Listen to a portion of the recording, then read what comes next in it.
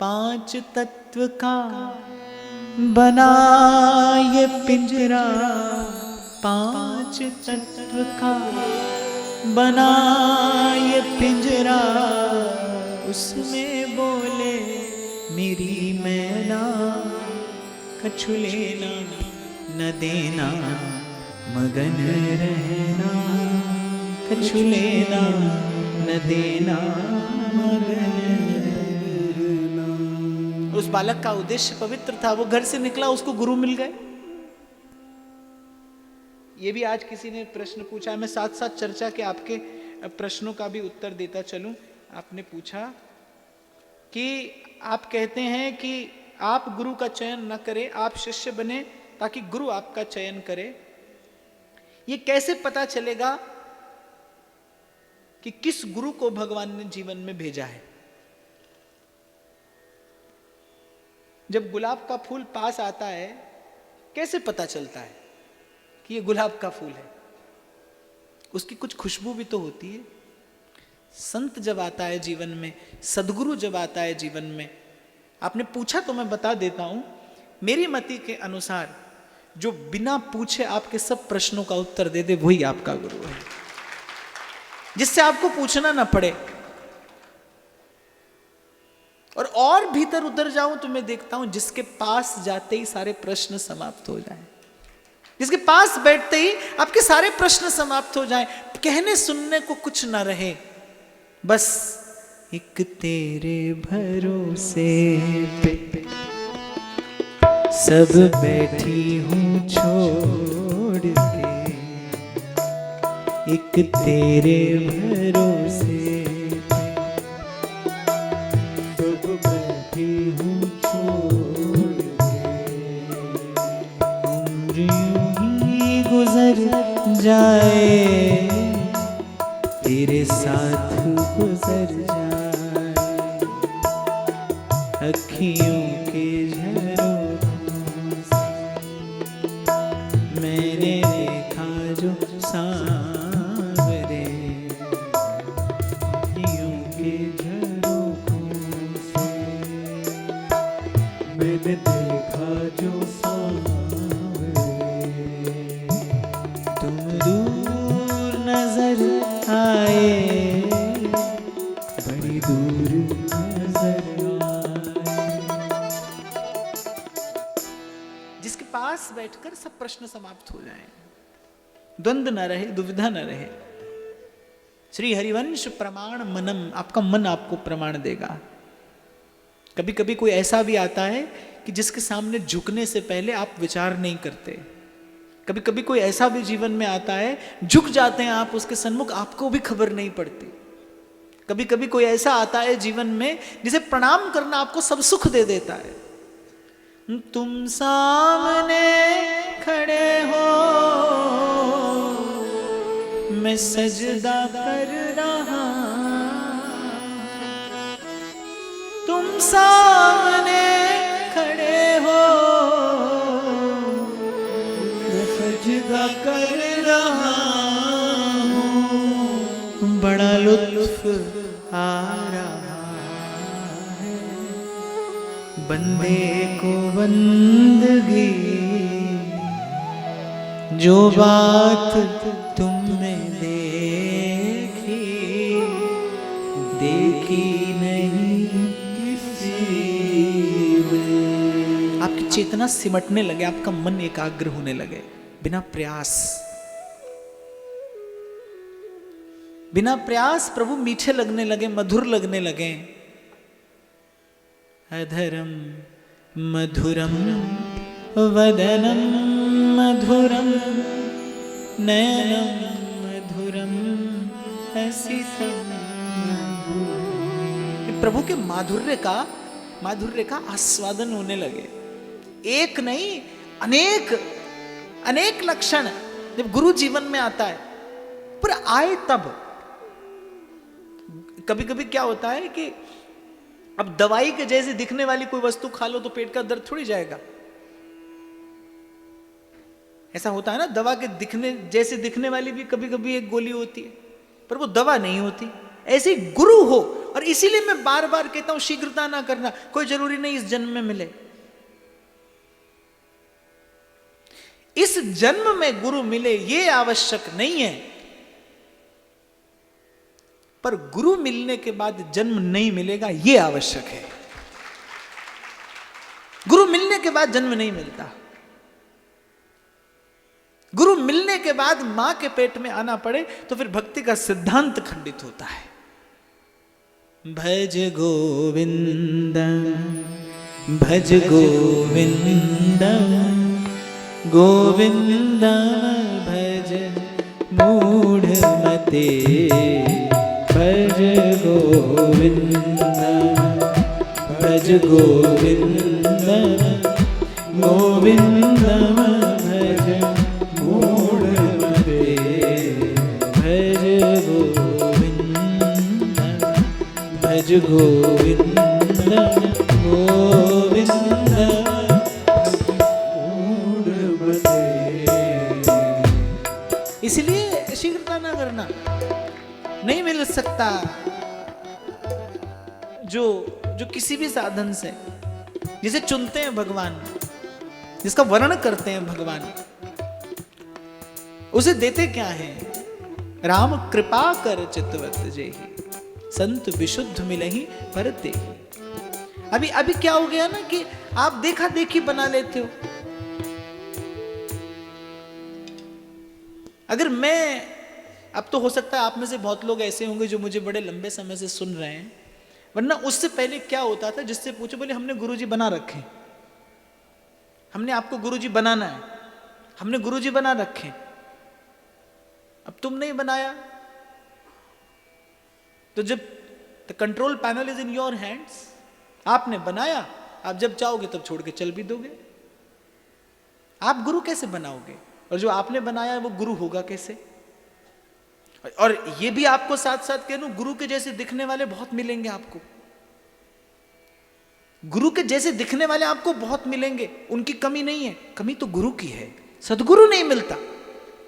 इसीलिए कबीर कहता है बड़ भागी में सतगुरु पाया, मन की दुविधा दूर भगाई।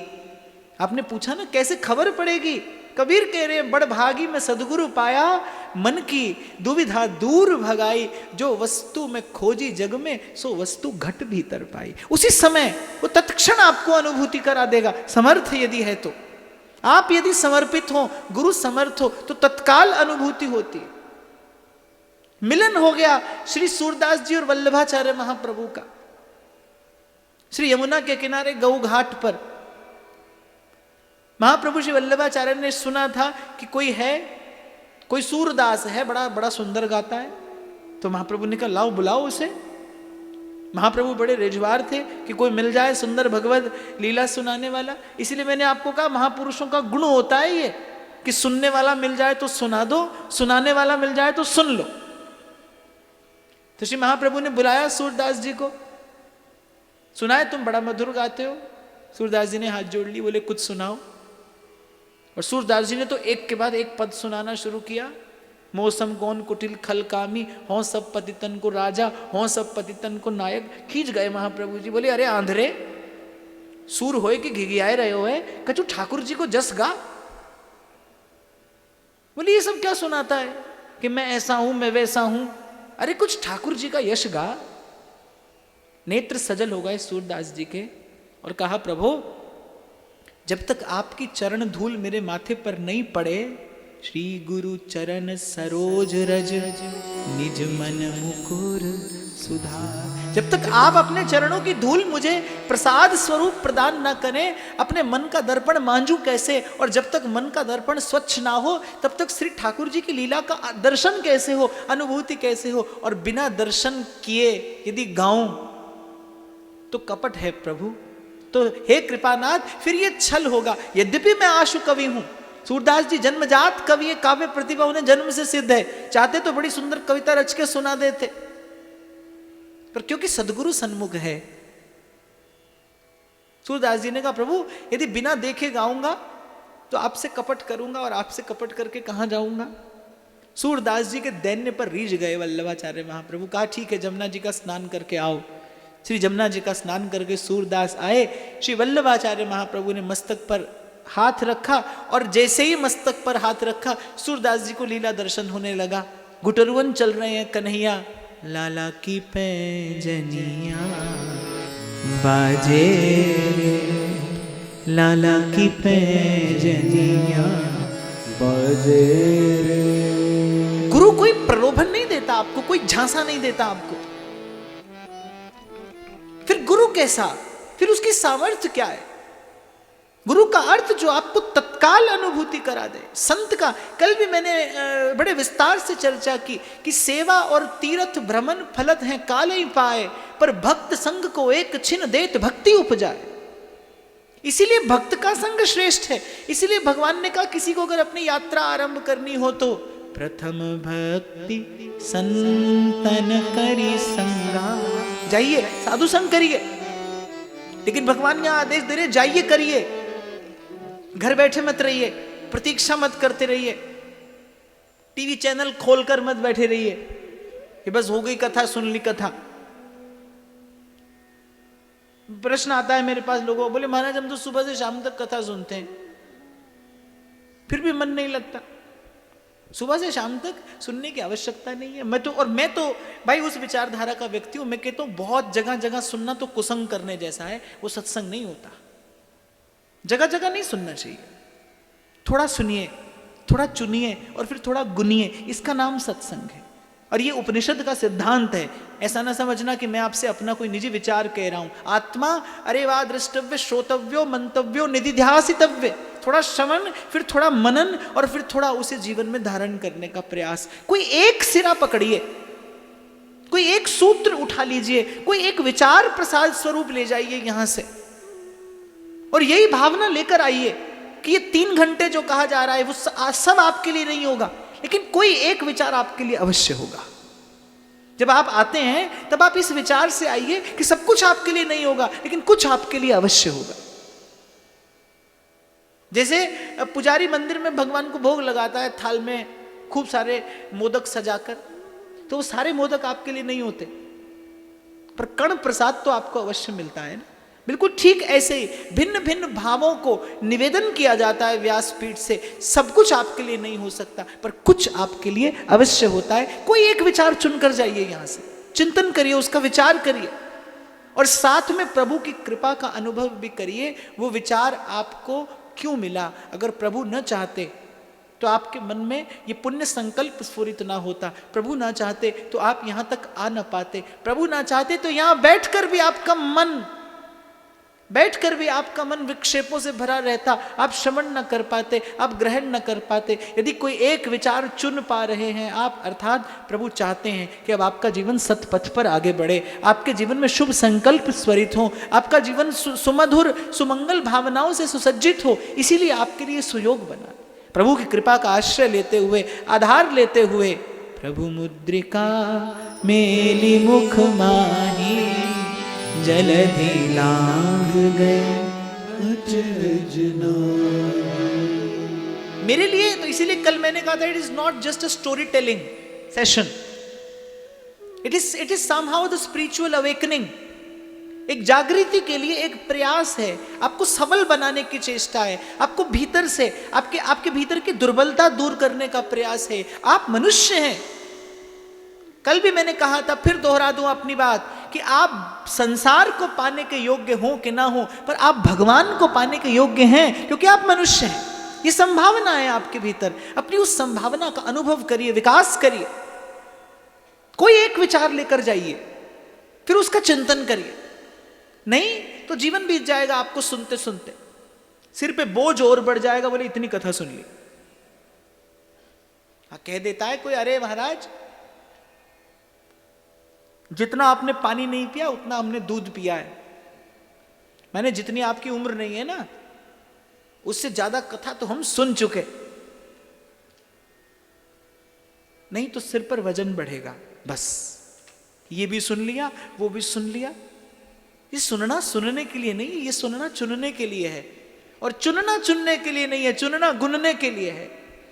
इसलिए मैंने कहा कोई एक विचार लेकर जाना। आज के इस समग्र सत्र से कोई एक विचार चुन लेना, ईमानदारी से प्रयास करना, प्रभु आपके सहाय होंगे, प्रकृति प्रसन्न होगी आप पर। क्यों? क्योंकि आप आत्म कल्याण का प्रयास कर रहे हैं, आप अपना जीवन दीप जलाने का प्रयास कर रहे हैं। और हजारों बुझे हुए दीपक एक दीपक नहीं जला सकते, पर एक जलता हुआ दीपक हजारों बुझे हुए दीपकों के लिए संभावना होता है। हो सके तो प्रयास करके अपने जीवन को वो एक जलता हुआ जीवन दीप बनाइए कि अनेकों संभावनाओं का जन्म दे सके आप। और इसी प्रकार प्रकृति का ऋण भी उतारा जा सकता है, इसी प्रकार प्रकृति का ऋण भी उतारा जा सकता है। तो मैं वापस अपनी बात पर पहुंचूं कि नारद जी मिल गए, ध्रुव जी से कहा कि बेटा जप करना, मंत्र दे दिया, ओम नमो भगवते वासुदेवाय, ओम नमो भगवते वासुदेवाय। ध्यान की विधि भी बता दी। नारायणं निराकारं, नारायणं निराकारं, नारायणं निराकारं, नारायणं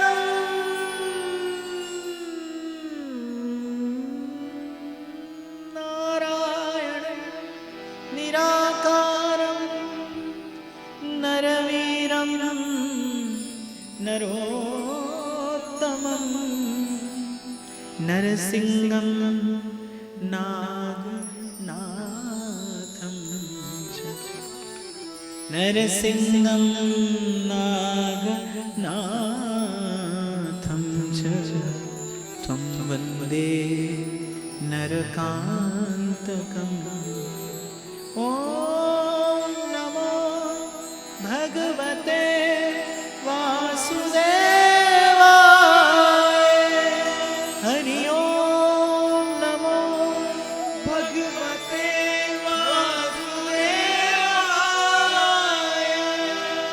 ध्रुव जी जाने लगे, नारद जी ने कहा बस बेटा अपना आसन स्थिर रखना, एक आसन पर बैठकर भजन करना। अब एक आसन पर बैठकर माने इस प्रकार बैठ जाना नहीं। संत लोगों की वाणी विवेक युक्त होकर ही समझी जा सकती है। आसन स्थिर रखना अर्थात भगवान के अतिरिक्त कुछ भी प्राप्त हो जाए तो उस आनंद से विचलित ना हो जाना, और कितनी भी प्रतिकूलताएं आए घबरा मत जाना। इस बात का विश्वास रखना कि अगर प्रभु को तुझे मिलना नहीं होता तो तेरे जीवन में ये सुयोग ही नहीं बनता।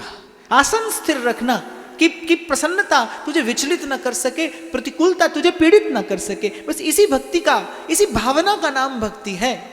एक तेरे भरोसे पे सब बैठी हूँ छोड़ के, उम्र यूं ही गुजर जाए,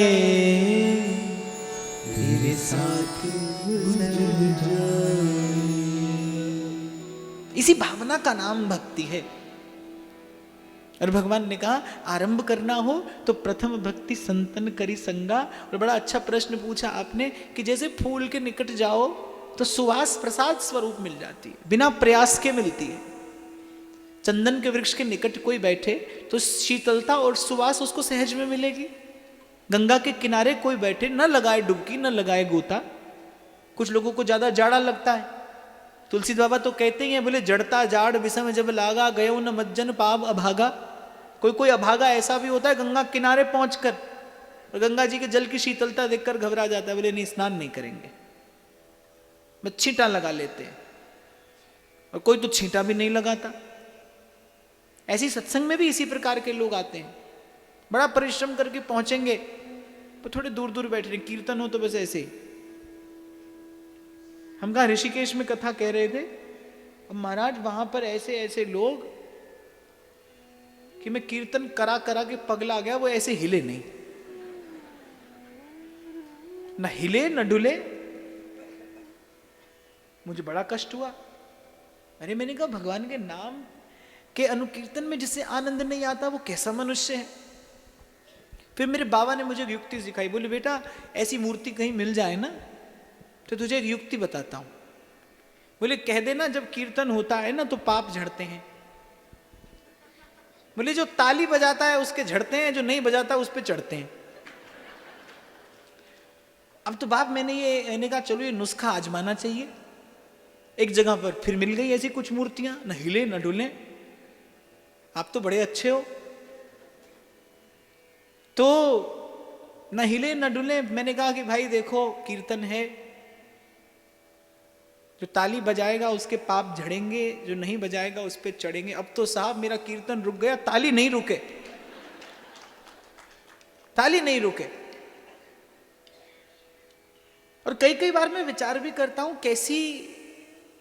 कैसी आने वाली पीढ़ी होगी जिसके जीवन में सब होगा लेकिन जिसके जीवन में ये रस नहीं होगा, जिसके जीवन में ये कुछ भावपूर्ण क्षण नहीं होंगे, जिसके जीवन में ये नहीं होगा।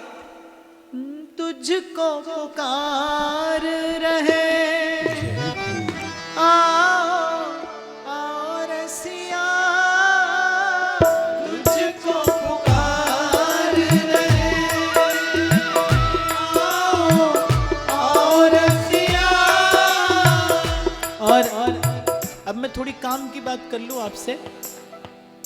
कल इस 3 दिवसीय सत्र का विराम हो जाएगा। कुछ दक्षिणा चाहिए मुझे आपसे, देंगे? बस मैं चाहता हूं कि आज के इस सत्र के पश्चात, आज बड़ा पवित्र दिन है, बुद्ध पूर्णिमा है, और वृंदावन में आज रसिकों के लाडले प्राण प्यारे ठाकुर श्री राधा रमण जी का भी प्रागट्य उत्सव है। बड़ा पवित्र, बड़ा सुंदर दिन है। और बुद्ध की तो ये भूमि है, ये धरा बुद्ध की धरा है। और भक्ति सिद्ध करती हो कि न सिद्ध करती हो, पर भक्ति जीव को बुद्ध अवश्य बना देती है। ये उसी बुद्ध की पावन धरा, उनके प्राकट्य का ये पवित्र दिन है। और दक्षिणा स्वरूप में आपसे केवल आपके जीवन के 2 क्षण चाहता हूं कि नित्य प्रति आप समझिएगा कि आप मेरा सहयोग कर रहे हैं। नित्य प्रति आप 2 मिनट के लिए सही, पर आप भगवान नाम का उच्चारण किया करेंगे, जप करेंगे, कीर्तन करेंगे, जो आपको अनुकूल हो, जो विधि आपको प्रिय हो, जो नाम आपको प्रिय हो। लेकिन वो 2 क्षण का कीर्तन, वो 2 क्षण का भजन आप अपने लिए नहीं करेंगे, आप इस भारत देश की धर्म और संस्कृति की रक्षा के लिए करेंगे। भक्त आते रहे यहां, संत आते रहे यहां। आने वाली पीढ़ी आपसे मुझसे आगे बढ़कर, 2 पग आगे बढ़कर ऋषि मुनियों की इस संपदा की रक्षा करने योग्य बन सके। ये वचन आज आपको देना होगा। 2 मिनट के लिए करेंगे आप अपने मन में ये भाव रखकर। लोकः समस्तः सुखिनो भवन्तु। आज आपको और मुझे ये सुख मिल रहा है, क्यों? आपके मेरे लिए हमारे पूर्वजों ने पुण्य किया, तप किया, संकल्प किया। सैकड़ों साल पहले कोई आया नानक जैसा फकीर, जिसने कहा नानक नाम चढ़दी कलम, तेरे पाणे सर्वत दा भला। श्रुतियां कहती आई सर्वे भवन्तु सुखिनः, सर्वे सन्तु निरामयाः, सर्वे भद्राणि पश्यन्तु मा कश्चित् दुःखभाग्। तो दोनों हाथ उठाकर बताइए, आप मेरे इस संकल्प में मेरे साथ हैं, मेरे सहयोगी हैं।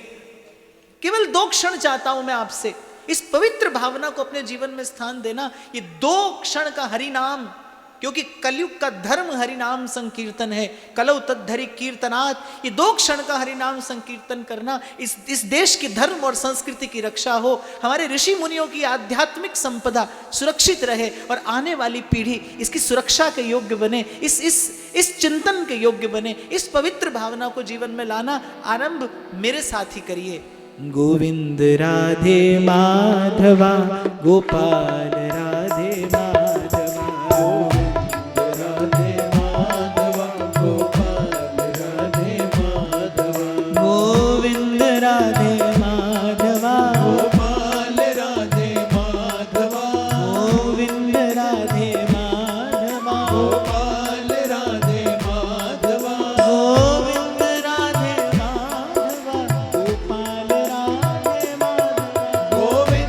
राधे माधवा गोपाल राधे माधवा, गोविंद राधे माधवा गोपाल राधे माधवा, गोविंद राधे माधवा गोपाल राधे माधवा,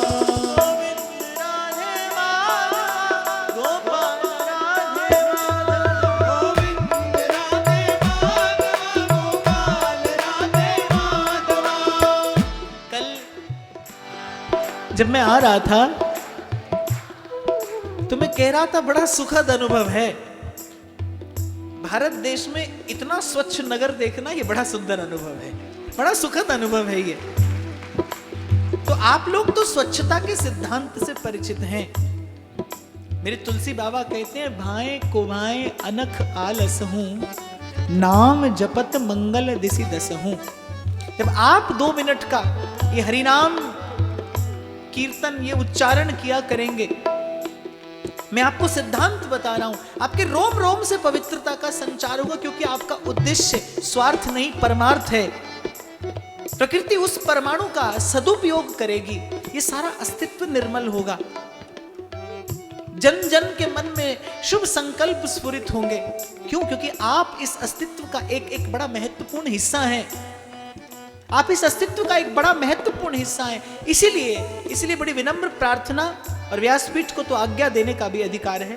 और आपने आज बड़े पवित्र दिन ये शुभ संकल्प किया है कि आप इस मेरे इस भाव में, इस सद्भाव में आप मेरे सहयोगी बनेंगे, सहभागी बनेंगे। आज के पश्चात कोई भी दिन ऐसा न जाए, बस 2 मिनट हरिनाम उच्चारण करना, अपने मन में ये भाव लेकर, लोकः समस्तः सुखिनो भवन्तु। गोविंद राधे माधवा, राधे माधवा गोपाल राधे माधवा, गोविंद राधे माधवा, गोपाल राधे माधवा, गोविंद राधे माधवा, गोपाल राधे माधवा, गोविंद राधे माधवा गोपाल राधे माधवा, गोविंद राधे माधवा गोपाल राधे माधवा, गोविंद राधे माधवा गोपाल राधे माधवा, गोविंद राधे माधवा गोपाल राधे माधवा,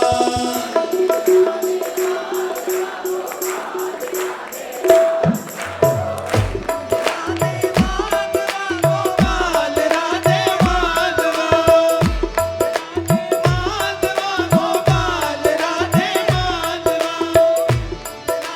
माधवा गोपाल राधे माधवा, माधवा गोपाल राधे माधवा, और आपके जीवन में ये शुभ संकल्प प्रतिष्ठित हो जाए और मेरा इस नगर में आना सफल हो जाए, सार्थक हो जाए, मेरी ये यात्रा सफल हो जाए। मैं केवल एक यही संकल्प लेकर निकलता हूं।